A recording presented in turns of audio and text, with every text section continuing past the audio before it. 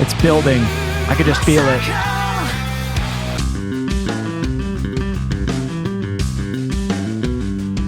What's up, guys? Welcome back to Lone University. And this week, I'll be taking on and covering the band Jinjer for their song Wallflower.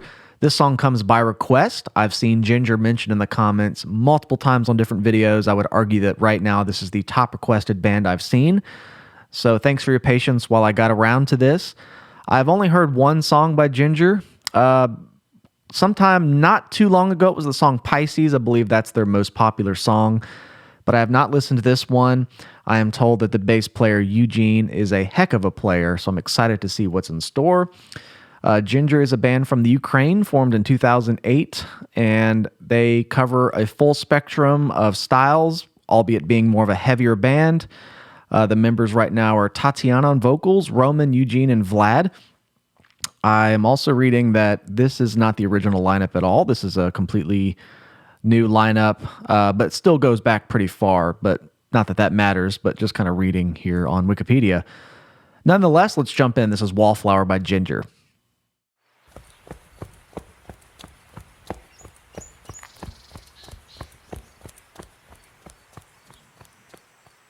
Wallflower. This is also the name of their most recent album, Wallflowers, released in 2021. Okay.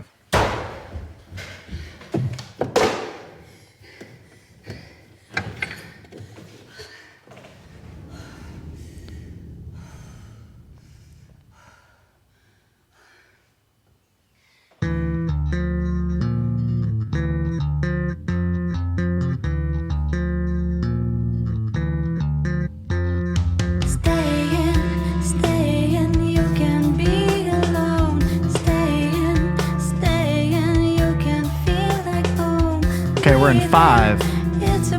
1, 2, 3, 4, 5. 1, 2, 3, 4, 5. 1. Really cool.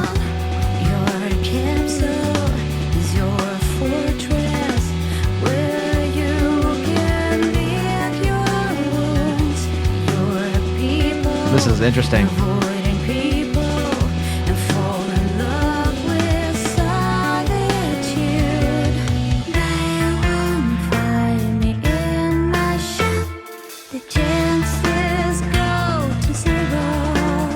Whispering added.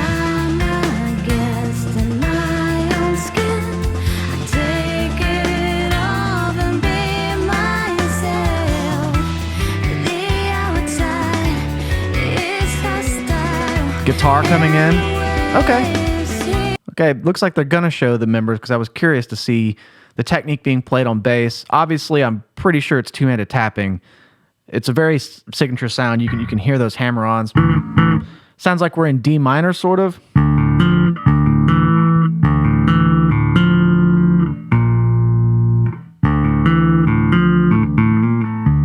Something like that. I love two-handed tapping on bass. I love the way they're using it here. You know, that first part of the verse, there's nothing else other than drums, vocals, and bass. And you can really fill out an entire chord progression on bass. You know, you don't have to just go. So he's kind of keeping the root note here, the progression, which is D down here. But you can add thirds and fifths with the right hand, and it makes it sound really cool. You know, you can make really great lines, and I love the way it blends in with the vocals, the harmonies, and the drum beat is just spacious enough with a lot of cymbal work to kind of let it cut through, you know?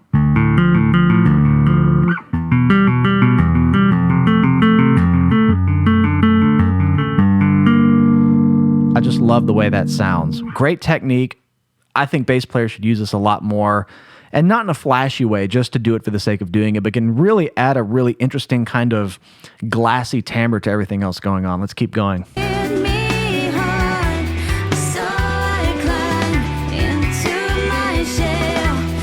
Okay, I was right.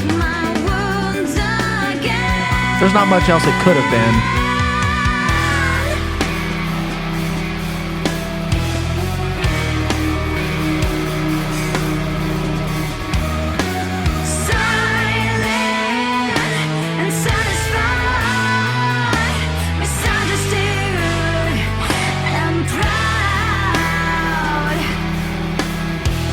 Got a really great voice. It's really direct.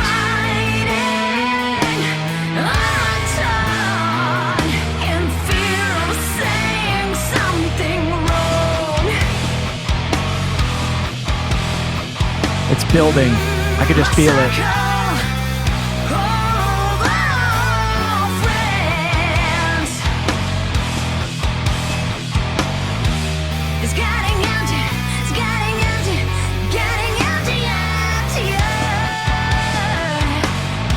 I love the bass. Transitioning to a normal bass line now. It sounds like there's a couple parts still tapped, but he's doing a lot of slides and going, kind of mimicking that halftime feel, that dong, get wing, dong, boom. That's a weird dong, dick wing. I don't know where I got that kind of articulation from. But he's doing these slides, kind of locking in, catching the beats, catching the hits, but that slide he's doing to the low note sounds like he's detuned on that bottom string. It just gives it this weightiness. And to me, not having heard this song, it feels like it's building to something really big. That, there's a couple other bands I've heard that kind of are in this vein. This is really up my alley, of course. Being in the metal scene for many, many years, I really like what I'm hearing. I like the versatility of the instruments. The guitar is not just playing a riff roll, it's adding atmosphere, while the bass is doing some tapping, and the whole thing is just very well composed.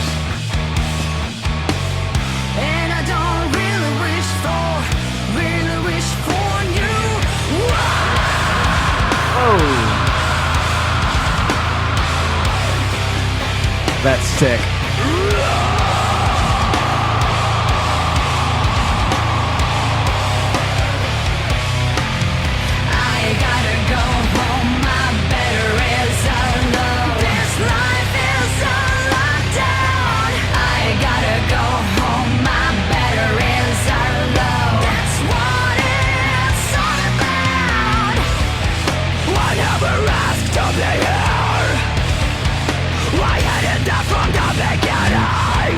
Oh yeah.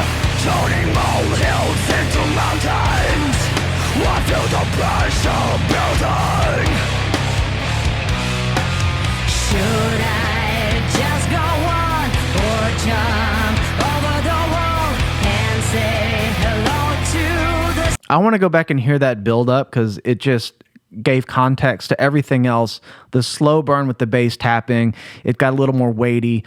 And when I heard Pisces, again, that's the only song I've heard by this band. I remember there being harsh vocals. I thought, I didn't know if she was doing them or they had two vocalists, but this is even cooler. Badass. I love this. And I did some research. He's using a Pocatello bass. I can find much on that brand, or maybe it's just an independent luthier.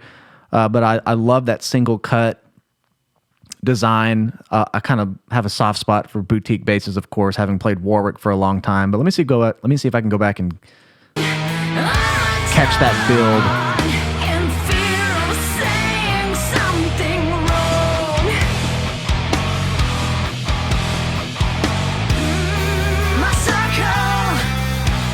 I just love the pacing of that. It's great.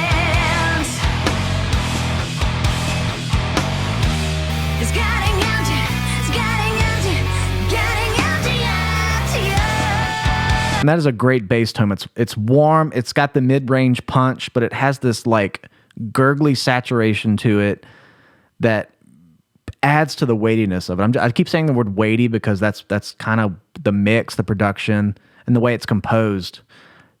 Now that I've heard where it lands in this build-up, it just makes us even cooler.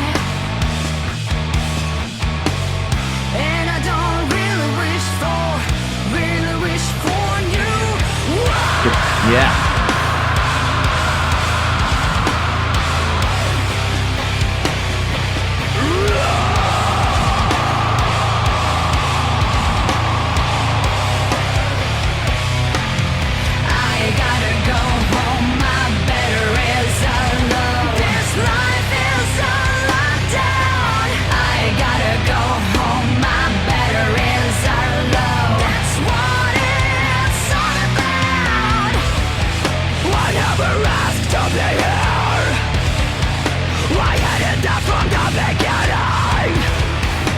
Turning molehills into mountains. I feel the pressure building.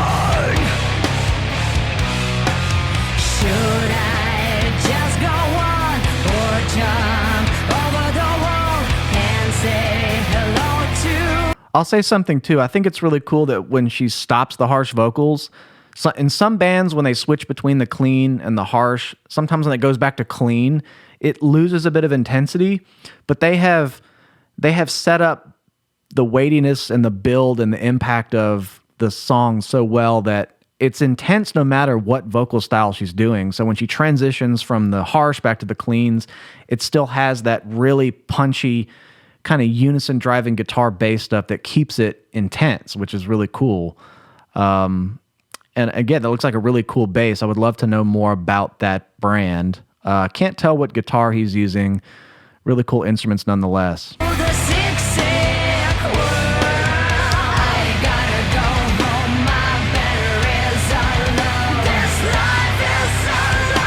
See, just as intense.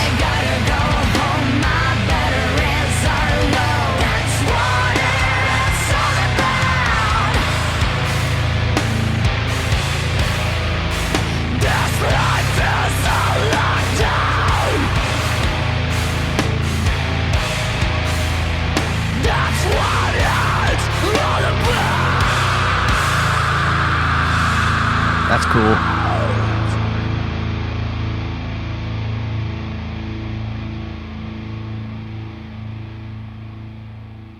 Really interesting video.